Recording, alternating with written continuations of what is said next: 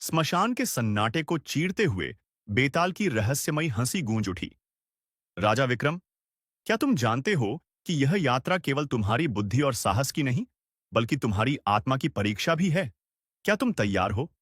राजा विक्रमादित्य अपनी प्रतिज्ञा को लेकर अडिग थे।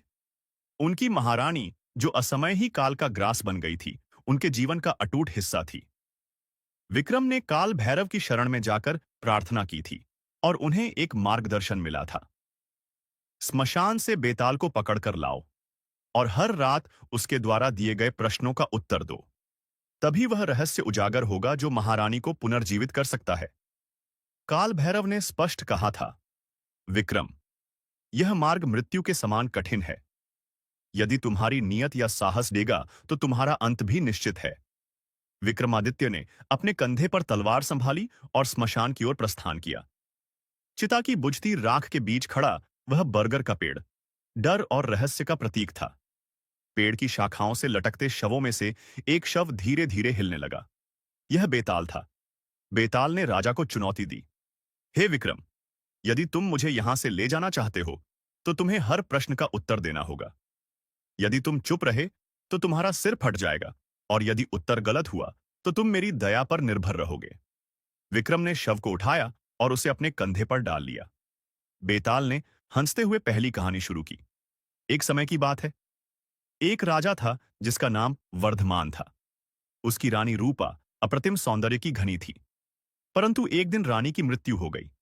राजा शोक में डूब गया और उसने अपने राज्य का सारा ध्यान छोड़ दिया। इसी बीच एक साधु ने राजा से कहा कि एक खास यज्ञ द्वारा रानी को पुनर्जीवित किया जा सकता है, परंतु उस यज्ञ में राजा को अपनी सबसे प्रिय वस्तु का त्याग करना होगा। राजा ने सहमति दे दी, लेकिन यज्ञ के दौरान उसे पता चला कि वह वस्तु उसकी प्राण है। अब राजा के सामने दो विकल्प थे, या तो अपनी जान देकर रानी को जीवित करें या अपने राज्य के लिए जीवित रहे। बेताल ने पूछा, हे विक्रम, यदि तुम राजा वर्धमान की जगह होते तो क्या करते?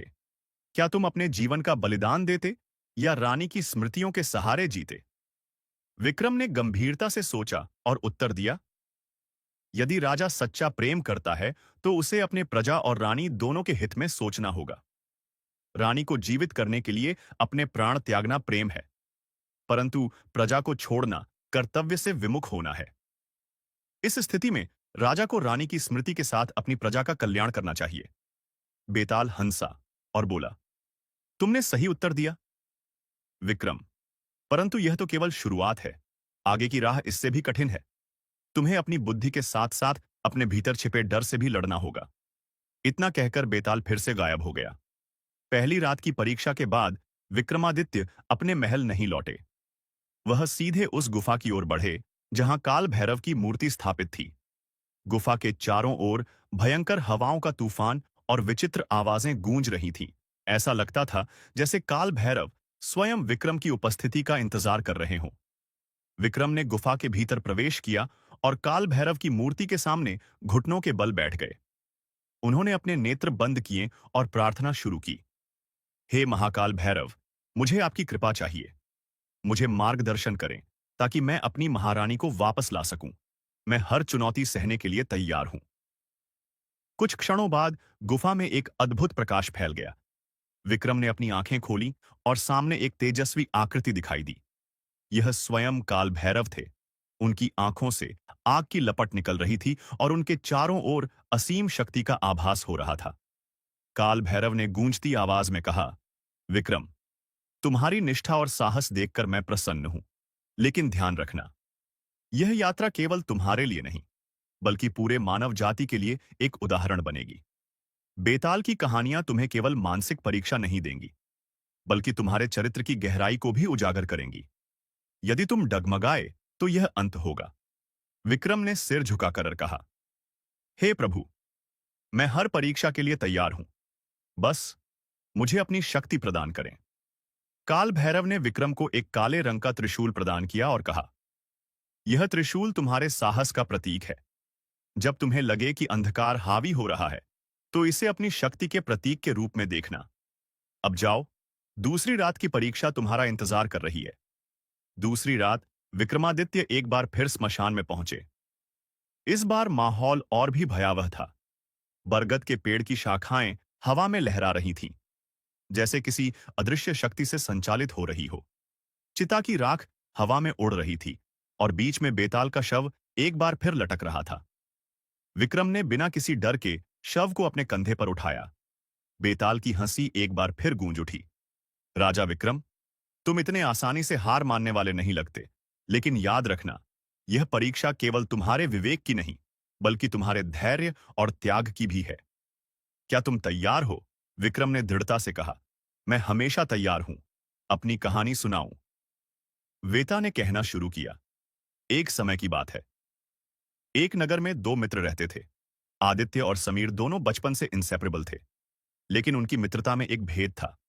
आदित्य एक राजा का पुत्र था और समीर एक साधारण किसान का बेटा। एक दिन आदित्य के पिता ने आदेश दिया कि समीर को महल छोड़ना होगा, क्योंकि राजा को डर था कि समीर की गरीबी और विचार आदित्य को गलत मार्ग पर ले जाएंगे। आदित्य ने समीर को बचाने के लिए पिता से विनती की, लेकिन राजा अडिग रहे। समीर ने महल छोड़ दिया और वर्षों तक अपनी मेहनत से एक सफल व्यापारी बन गया। लेकिन आदित्य अपने मित्र को खोने के गम में धीरे धीरे अपने राज्य के मामलों से दूर होता चला गया। कई वर्षों बाद जब आदित्य और समीर फिर से मिले, तो समीर ने आदित्य से पूछा, क्या तुम्हारी मित्रता इतनी कमजोर थी कि तुमने मुझे महल से बाहर निकालने का विरोध नहीं किया? बेताल ने राजा से पूछा, हे विक्रम, बताओ, यदि आदित्य ने समीर के लिए अपने पिता का विरोध किया होता, तो क्या वह सही होता? क्या मित्रता के लिए परिवार और राज्य के कर्तव्यों का त्याग करना उचित है? विक्रम ने गहरी सांस ली और उत्तर दिया, मित्रता के लिए त्याग करना एक पुण्य कार्य है, लेकिन यह त्याग विवेकपूर्ण होना चाहिए। आदित्य का अपने पिता का विरोध करना केवल भावनात्मक होता। एक सच्चा मित्र वह है जो विपरीत परिस्थितियों में भी अपने मित्र के कल्याण की कामना करे। आद ने समीर को महल छोड़ने दिया, लेकिन यह सुनिश्चित किया होता कि वह बाहर जाकर अपने जीवन को संभाल सके। समीर का प्रश्न भावनात्मक है, लेकिन सच्चे मित्रता का मोल परिस्थितियों में नहीं, भावना में होता है। बेताल ने हंसते हुए कहा, विक्रम, तुम्हारा उत्तर फिर से सही है, लेकिन ध्यान रखना, यह परीक्षा केवल आरंभ है। हर कहानी तुम्हारे धैर्य को और भी परखेगी। विक्रम ने दृढ़ता से कहा, मुझे और कठिनाइयां भेजो। बेताताल, मैं हार मानने वाला नहीं। बेताल ने फिर से गायब होने से पहले कहा, अगली कहानी में तुम्हें अपने साहस और विवेक दोनों की सीमा तक परखा जाएगा। तीसरी रात स्मशान का वातावरण पहले से अधिक भयावह और रहस्यमय था। आसमान काले बादलों से ढका हुआ था और हल्की बिजली चमक रही थी। ऐसा लगता था जैसे प्रकृति भी विक्रम की परीक्षा का हिस्सा बन गई हो। बरगद का पेड़ पहले की तुलना में और भी अजीब लग रहा था। उसकी शाखाएं जैसे किसी अदृश्य शक्ति से जीवित थीं। विक्रम ने बेताल का शव फिर से कंधे पर उठाया। बेताल की ठंडी और डरावनी हंसी गूंजी। विक्रम, क्या तुम्हें नहीं लगता कि तुम यह सब व्यर्थ कर रहे हो? महारानी को पुनर्जीवित करना इतना सरल नहीं है जितना तुम सोचते हो। विक्रम ने शांत लेकिन दृढ़ स्वर में उत्तर दिया, तुम जितना चाहो मुझे डिगा की कोशिश करो, लेकिन मैं नहीं रुकूंगा। अपनी कहानी शुरू करो। बेताल ने कहना शुरू किया। बहुत समय पहले एक राजा था जिसका नाम धर्मेश्वर था। वह अपने न्यायप्रिय शासन के लिए प्रसिद्ध था। उसकी एक रानी थी, रत्नावली, जो अद्वितीय सौंदर्य और चतुराई की प्रतीक थी। एक दिन राजा ने अपने मंत्री को एक महत्वपूर्ण जिम्मेदारी सौंपी। मंत्री, जिसका नाम हरिश्चंद्र था, राजा का सबसे वफादार सहयोगी माना जाता था। लेकिन हरिश्चंद्र के मन में गहरा लालच छिपा था। वह रानी रत्नावली के प्रति आकर्षित था। एक योजना बनाते हुए हरिश्चंद्र ने राजा के खिलाफ झूठे प्रमाण तैयार किए और रानी को यह विश्वास दिलाने की कोशिश की कि राजा ने उसे धोखा दिया है। रानी हरिश्चंद्र की बातों में आकर राजा के प्रति अविश्वास करने लगी। राजा को इस विश्वासघात का आभास हुआ, लेकिन उन्होंने रानी से कुछ नहीं कहा। उन्होंने यह तय किया कि सच्चाई का पता लगाने के लिए रानी और मंत्री दोनों की परीक्षा लेंगे। बेताल ने विक्रम से पूछा, हे राजा, विक्रम बताओ, यदि राजा धर्मेश्वर रानी सजा देता तो क्या यह उचित होता? और यदि वह मंत्री को दंड देता तो क्या यह न्याय कहलाता? ऐसे में राजा को क्या करना चाहिए था? कुछ क्षणों के लिए विक्रम चुप रहे। उन्होंने गहरी सांस ली और कहा, यह एक जटिल स्थिति है। न्याय करते समय भावनाओं को अलग रखना आवश्यक है। राजा को चाहिए कि वह रानी और मंत्री दोनों की मंशा को परखे। रानी को सजा देना अनुचित होगा, क्योंकि वह भ्रम में थी और मंत्री के छल का शिकार हुई। मंत्री हरिश्चंद्र, जिसने विश्वासघात किया और झूठे प्रमाण बनाए, उसे दंड देना आवश्यक है। लेकिन राजा को पहले यह सुनिश्चित करना चाहिए कि सच्चाई सबके सामने आए और रानी का विश्वास पुनः अर्जित हो। बेताल ने ढाका लगाया और कहा, विक्रम, तुम्हारा उत्तर फिर से सही है, लेकिन यह यात्रा केवल सही उत्तर देने तक सीमित नहीं है। तुम्हें काल भैरव के दिए संकेत को समझना होगा। विक्रम ने पूछा, क्या संकेत? बेता ने गहरी आवाज में कहा, काल भैरव ने तुम्हें त्रिशूल दिया है। यह केवल एक हथियार नहीं, बल्कि एक मार्गदर्शक है। तीसरी रात के अंत में तुम्हें त्रिशूल का रहस्य समझना होगा, अन्यथा तुम्हारी यात्रा अधूरी रह जाएगी। बेताल ने यह कहकर अपना मौन धारण कर लिया। स्मशान से लौटते समय विक्रम ने ध्यान दिया कि त्रिशूल से हल्की रोशनी निकल रही थी। उन्होंने उसे ध्यान से देखा तो पाया कि त्रिशूल पर कुछ श्लोक अंकित थे। विक्रम ने उन श्लोकों को पढ़ने की कोशिश की, लेकिन शब्द अस्पष्ट थे। तभी उन्हें काल भैरव की गुफा से आती हुई आवाज सुनाई दी, त्रिशूल का रहस्य तभी खुलेगा जब तुम अपनी आत्मा की गहराई से उसे समझने का प्रयास करोगे। ध्यान लगाओ और उत्तर खोजो। तीसरी रात के बाद राजा विक्रमादित्य ने अपने ध्यान में त्रिशूल पर लिखे श्लोक को समझने की कोशिश की। गहरी साधना और आत्मिक एकाग्रता के बाद उन्होंने महसूस किया कि त्रिशूल पर अंकित श्लोक तीन महत्वपूर्ण सत्य दर्शाते थे। एक, अहम ब्रह्मास्मि, मैं ब्रह्म हूं। यह श्लोक आत्मा की दिव्यता और शक्ति का प्रतीक था। दो, सत्यम शिवम सुंदरम, यह जीवन के अंतिम सत्य और उसके सौंदर्य को समझने की ओर इशारा करता था। थ्री, धैर्यम सर्वम साधन, यह धैर्य और साहस को जीवन की सभी चुनौतियों का समाधान मानता था। विक्रम ने महसूस किया कि यह त्रिशूल केवल एक हथियार नहीं था, बल्कि उन्हें आत्मा और सत्य के मार्ग पर चलने के लिए तैयार कर रहा था। चौथी रात, स्मशान का वातावरण विक्रम के लिए और भी भयावह था। हवा में अजीब सी सरसराहट और पेड़ों के पत्तों की हलचल ने विक्रम के कदम रोकने की कोशिश की, लेकिन उनका संकल्प अटूट था। बरगद के पेड़ पर लटका बेताल उन्हें जैसे पहले से ही देख रहा था। जब विक्रम ने बेताल का शव कंधे पर उठाया तो बेताल की आवाज सुनाई दी, राजा, हर रात तुम मेरे प्रश्नों का उत्तर देकर आगे बढ़ रहे हो, लेकिन क्या तुमने कभी सोचा है कि यह यात्रा तुम्हें कहां ले जा रही है? विक्रम ने शांत स्वर में कहा, मेरा लक्ष्य स्पष्ट है। चाहे जितनी भी चुनौतियां आए, मैं पीछे नहीं हटूंगा। अपनी अगली कहानी शुरू करो। बेताल ने कहना शुरू किया। एक बार की बात है, एक समृद्ध और शक्तिशाली साम्राज्य था। उस साम्राज्य के राजा अनिरुद्ध अपनी प्रजा से अत्यधिक प्रेम करते थे। उनके शासन में प्रजा सुखी और समृद्ध थी, लेकिन राजा के जीवन में एक त्रासदी हुई। उनकी प्रिय रानी शारदा अचानक रहस्यमय परिस्थितियों में मर गई। रानी की मृत्यु ने राजा को मानसिक और भावनात्मक रूप से तोड़ दिया। उन्होंने शासन की जिम्मेदारी अपने मंत्रियों को सौंप दी और खुद ध्यान और तपस्या में लीन हो गए। लेकिन समय के साथ मंत्रियों ने साम्राज्य में अराजकता फैला दी। भ्रष्टाचार और अन्याय बढ़ने लगे। प्रजा दुखी हो गई और राजा अनिरुद्ध के पास उनकी समस्या लेकर कर आई। राजा ने कहा, मैं अपनी रानी को वापस लाने के लिए तपस्या कर रहा हूं। मैं तुम्हारी समस्याओं का समाधान नहीं कर सकता। प्रजा ने कहा, यदि आप हमारी रक्षा नहीं कर सकते तो हम आपको राजा क्यों माने?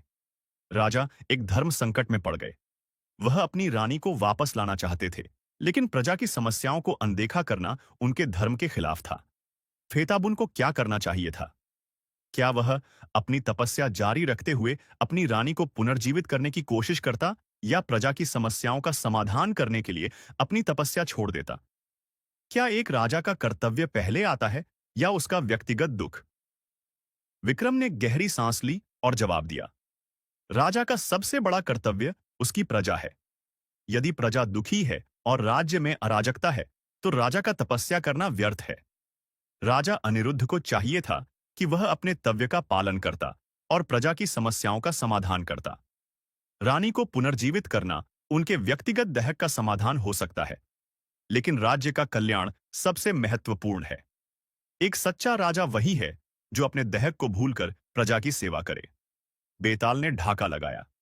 विक्रम, तुम्हारे उत्तर ने फिर से मेरा सिर दर्द बढ़ा दिया। लेकिन ध्यान रखना, हर उत्तर तुम्हें सत्य के करीब ले जाता है और हर उत्तर के साथ तुम्हारी परीक्षा कठिन होती जा। बेताल की कहानी के बाद विक्रम ने महसूस किया कि इस बार स्मशान का वातावरण सामान्य नहीं था। चारों ओर अजीब आवाजें सुनाई देने लगी। जैसे जैसे वह काल भैरव की ओर बढ़े, उन्हें लगा कि अदृश्य शक्तियां उनके कदम रोकने की कोशिश कर रही थी। तभी त्रिशूल की रोशनी तेज हो गई और विक्रम को महसूस हुआ कि यह प्रकाश उन्हें दिशा दिखा रहा है। वह काल भैरव की मूर्ति के पास पहुंचे, जहां एक शिला पर लिखा था, सत्य और धर्म के मार्ग पर चलने वाले को अपने व्यक्तिगत दुख को त्यागना होगा। यह त्रिशूल तुम्हें शक्ति देगा, लेकिन तुम्हें अपनी इच्छाओं का त्याग करना होगा। विक्रम ने यह पढ़ते ही महसूस किया कि यह संदेश केवल राजा अनिरुद्ध के लिए नहीं, बल्कि उनके लिए भी था। 5वीं रात स्मशान ने एक बिल्कुल नया और भयावह रूप धारण कर लिया। अंधकार में चमकती आंखें, पेड़ों की शाखाओं से लटकते अजीबोगरीब आकृतियां और जमीन पर रंगते सर्प। विक्रम का मन विचलित हो सकता था, लेकिन उन्होंने खुद को स्थिर रखा। जब वह बेताल के शव के पास पहुंचे तो वह पहले से अधिक शांत दिखाई दिया। यह पहली बार था जब बेताल ने कहानी सुनाने से पहले विक्रम से कहा, राजा विक्रम, आज की कहानी तुम्हारे अंदर की सच्चाई को उजागर करेगी। यह तुम्हारे लिए एक आईना होगी। तैयार हो जाओ, बहुत समय पहले की बात है। बेताल ने कहना शुरू किया। एक राज्य में दो भाइयों, राजा वसुदेव और राजकुमार सोमेश्वर के बीच गहरा प्रेम था। वसुदेव राजा बनने के बाद भी सोमेश्वर को एक पिता की तरह प्यार करता था। लेकिन एक दिन राज्य के पुरोहित ने राजा वसुदेव से कहा, राजा, यदि आपको इस राज्य को शत्रुओं से बचाना है तो आपको एक दुर्लभ रत्न चंद्रमणि प्राप्त करना होगा। लेकिन यह रत्न तुम्हारे राज्य के किसी व्यक्ति के प्राणों की बलि के बिना प्राप्त नहीं होगा। वसुदेव धर्म संकट में थे। वह किसी और की बलि नहीं देना चाहते। इसलिए उन्होंने निर्णय लिया कि अपनी आत्मा को शांत करने के लिए वह खुद को बलि देंगे। लेकिन जैसे ही वह बलि देने के लिए तैयार हुए, राजकुमार सोमेश्वर ने उनके स्थान पर अपनी बलि देने की घोषणा की। बेताल ने कहानी आगे बढ़ाई। सोमेश्वर ने कहा, भैया, आपका जीवन राज्य के लिए अनमोल है। यदि आप नहीं रहेंगे तो यह राज्य अराजक हो जाएगा। मैं अपनी जान देकर चंद्रमणि लाने के लिए तैयार हूं। वसुदेव ने उत्तर दिया, तुम मेरे भाई हो। तुम्हारी बलि मैं कभी स्वीकार नहीं कर सकता। एक राजा का धर्म है अपने प्रजा और परिवार की रक्षा करना। मुझे यह बलिदान स्वयं देना होगा। राज्य के धर्म गुरु ने उन्हें चेतावनी दी, यदि आप इस बलिदान को गलत तरीके से निभाएंगे तो यह राज्य और अधिक विनाशकारी हो जाएगा। अब विक्रम बताओ, इस स्थिति में वसुदेव और सोमेश्वर को क्या करना चाहिए था? किसका बलिदान धर्म सम्मत होगा, और क्या बलिदान करना ही सही विकल्प है या कोई और मार्ग भी हो सकता है? विक्रम ने कुछ देर चुप्पी साधी।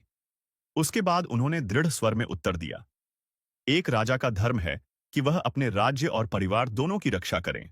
बलिदान करना अंतिम उपाय होना चाहिए, लेकिन इससे भी महत्वपूर्ण है सही समाधान ढूंढना।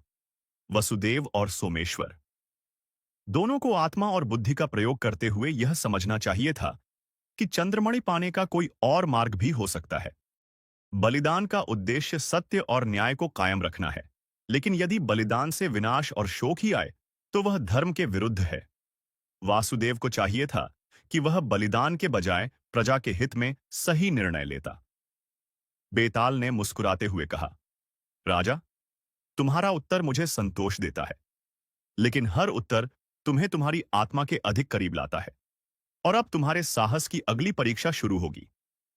जैसे ही विक्रम ने बेताल को लेकर आगे बढ़ शुरू किया, उन्होंने महसूस किया कि स्मशान का वातावरण पहले से अधिक डरावना हो गया था। विक्रम को ऐसा लगा जैसे कोई अदृश्य शक्ति उनका पीछा कर रही थी। तभी उनके सामने एक आकृति प्रकट हुई। वह आकृति कोई और नहीं बल्कि उनकी दिवंगत मां की थी। उनकी मां ने कहा, पुत्र, तुमने मुझे इस यात्रा में क्यों छोड़ा? मैं तुम्हारे साथ हूं, लेकिन तुमने मेरी ओर ध्यान नहीं दिया। क्या तुम्हारा उद्देश्य मुझसे अधिक महत्वपूर्ण है? विक्रम का मन विचलित हो सकता था, लेकिन उन्होंने दृढ़ता से उत्तर दिया, मां, आपका आशीर्वाद मेरे साथ है, लेकिन मैं इस यात्रा पर केवल अपने व्यक्तिगत सुख के लिए नहीं, बल्कि सत्य और धर्म की स्थापना के लिए हूं। यदि मुझे आपको याद करने का मोह छोड़ना पड़े, तो भी मैं अपने कर्तव्य से पीछे नहीं हटूंगा। जैसे ही उन्होंने यह कहा, आकृति गायब हो गई। विक्रम को समझ में आया कि यह उनकी आत्मा का परीक्षण था। जब विक्रम काल भैरव की मूर्ति के पास पहुंचे, तो त्रिशूल रोशनी और तेज हो गई। इस बार त्रिशूल से एक और रहस्यमय श्लोक उभरा। धर्म के मार्ग पर मोह सबसे बड़ी बाधा है। मोह को त्यागे बिना सत्य तक पहुंचना असंभव है। विक्रम ने इस श्लोक को मन में दोहराया और महसूस किया कि यह यात्रा केवल बाहरी चुनौतियों की नहीं थी। यह उनकी आत्मा को हर मोह और भय से मुक्त करने की प्रक्रिया थी। रात का घना अंधकार स्मशान को और भी रहस्यमय बना रहा था। चारों ओर जलती हुई चिताओं की हल्की हल्की रोशनी फैली थी और हवा में घुली राख विक्रम के चेहरे पर गिर रही थी। वह स्थिर मन और अड़ग कदमों के साथ आगे बढ़े। तभी एक अजीब सी गंध ने उनके ध्यान को विचलित कर दिया। उन्होंने देखा कि स्मशान में सभी चिताएं अपने आप जलने लगी थीं और एक गहरी आवाज ने स्मशान को कंपा दिया। विक्रम, क्या तुम अब भी अपनी यात्रा को पूरा करने का साहस रखते हो? यह काल भैरव की शक्ति थी, जो विक्रम के हर कदम का परीक्षण कर रही थी। जैसे ही विक्रम बेताल केशव के पास पहुंचे, बेताल ने अपनी गहरी रहस्यमयी आवाज में कहा, राजा विक्रम, छठी रात की कहानी सुनने के लिए तैयार हो जाओ। यह कहानी तुम्हें तुम्हारे सबसे बड़े डर और मोह से परिचित कराएगी। बहुत समय पहले की बात है, बेताल ने कहा।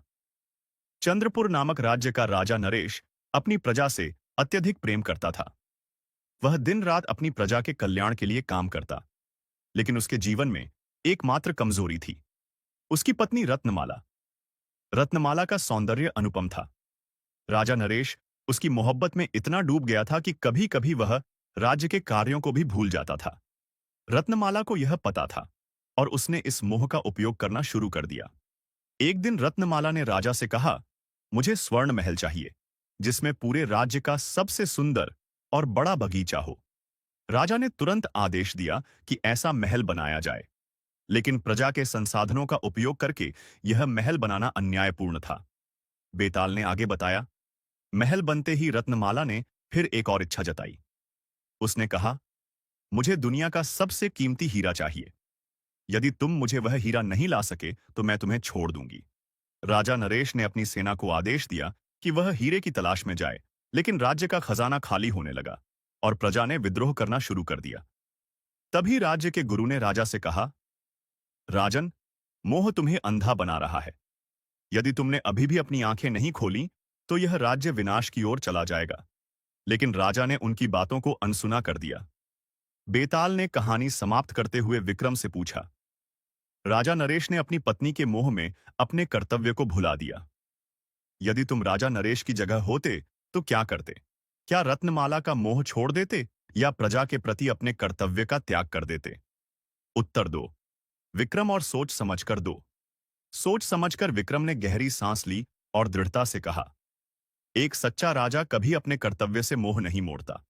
मोह और प्रेम का स्थान हृदय में होता है, लेकिन राज्य का संचालन बुद्धि और धर्म से किया जाता है। यदि मैं राजा नरेश की जगह होता तो मैं रत्नमाला को समझाता कि उसका सुख प्रजा के कल्याण में है। यदि वह फिर भी नहीं मानती तो मैं मोह का त्याग कर देता, क्योंकि एक राजा का धर्म अपने राज्य और प्रजा की रक्षा करना है, न कि अपने निजी सुख के लिए राज्य का विनाश करना। बेताल ने हंसते हुए कहा, राजा विक्रम, तुम्हारा उत्तर सत्य है, लेकिन सत्य तक पहुंचना उतना आसान नहीं है। तुमने मोह को त्यागने की बात कही, लेकिन क्या तुम वास्तव में मोह से मुक्त हो? आगे की यात्रा में यह स्पष्ट हो जाएगा। जैसे ही बेताल ने यह कहा, वह फिर से गायब हो गया। जैसे ही विक्रम ने बेताल के शव को उठाया और आगे बढ़ने लगे, स्मशान के पेड़ों ने अचानक जीवित होकर उनका रास्ता रोक लिया। यह काल भैरव की शक्ति थी, जो कि धैर्य और दृढ़ता का परीक्षण कर रही थी। पेड़ उनके चारों ओर से घिर गए और ऐसा लगने लगा जैसे वह वहां से बाहर नहीं निकल पाएंगे। तभी एक आवाज गूंजी, मोह केवल व्यक्ति का नहीं बल्कि परिस्थितियों का भी हो सकता है। यदि तुम इस जाल को तोड़ सकते हो तो तुम्हारे लिए अंतिम सत्य तक पहुंचना संभव होगा। विक्रम ने अपनी तलवार निकाली, लेकिन फिर रुक गए। उन्होंने अपनी आंखें बंद की और मन ही मन काल भैरव से प्रार्थना की, हे काल भैरव, मुझे मेरी अंतरात्मा की शक्ति दो, ताकि मैं इस मोहजा को समझ सकूं और इससे बाहर निकल सकूं। उनकी प्रार्थना ने वातावरण को बदल दिया। पेड़ वापस अपने स्थान पर लौट गए और रास्ता साफ हो गया। जब विक्रम ने काल भैरव की मूर्ति के पास पहुंचकर बेताल के शव को रखा, तो त्रिशूल पर एक और श्लोक उभरा। मोह केवल वस्त्र है जो सत्य को छुपाता है। यदि तुम सत्य को देखना चाहते हो, तो मोह के वस्त्र को त्याग दो। सातवीं का अंधकार पहले से कहीं अधिक भयावह था। स्मशान में केवल सन्नाटा था, जिसे बीच बीच में उल्लू की आवाजें और भूतियां हवाओं की गूंज तोड़ रही थी। चिताओं की धीमी धीमी लपटें विक्रम के चेहरे पर पड़ रही थीं, और हर कदम के साथ स्मशान का माहौल और डरावना होता जा रहा था। तभी काल भैरव की मूर्ति के पास खड़े बेताल ने कहा, राजा विक्रम, तुमने अब तक साहस और धर्म का परिचय दिया है, लेकिन यह रात तुम्हारे लिए सबसे कठिन होगी। क्या तुम अपने उद्देश्य के लिए हर बलिदान देने को तैयार हो? विक्रम ने दृढ़ता से कहा, धर्म और सत्य के लिए मैं अपना जीवन भी अर्पित कर सकता हूं। बेताल ने अपनी रहस्यमयी आवाज में कहा, सुनो राजा विक्रम, यह कहानी तुम्हारे धर्म त्याग और बुद्धि की सबसे कठिन परीक्षा होगी। बहुत समय पहले उज्जैन राज्य के राजा चंद्रसेन को एक दिव्य वरदान मिला था, एक ऐसा अमृत कलश जो मृत को जीवित कर सकता था। लेकिन इस कलश को पाने के लिए राजा को अपनी सबसे प्रिय वस्तु का त्याग करना पड़ा। राजा के गुरु ने कहा, इस कलश का उपयोग तभी करना जब यह धर्म और न्याय के लिए हो, लेकिन याद रखना, इसका उपयोग करने पर इसे संभाल कर रखना अत्यंत कठिन होगा। राजा ने उस वरदान का उपयोग किया, लेकिन उसके मोह में फंसकर उसने इसका उपयोग अपनी पत्नी के लिए कर दिया। इससे राज्य में असंतुलन पैदा हो गया और देवताओं का क्रोध उमड़ पड़ा। देवताओं ने राजा से कहा, तुमने धर्म का त्याग कर मोह को चुना। अब तुम्हारा राज्य और तुम्हारा जीवन संकट में है। राजा ने देवताओं से माफी मांगी, लेकिन देवताओं ने कहा कि उसे अपने प्राणों का बलिदान देकर ही अपने राज्य को बचाना होगा। बेताल ने विक्रम से पूछा, यदि तुम राजा चंद्रसेन की जगह होते तो क्या करते? क्या तुम अपने राज्य को बचाने के लिए अपना जीवन त्याग देते, या अपने सुख के लिए धर्म का उल्लंघन करते? उत्तर दो।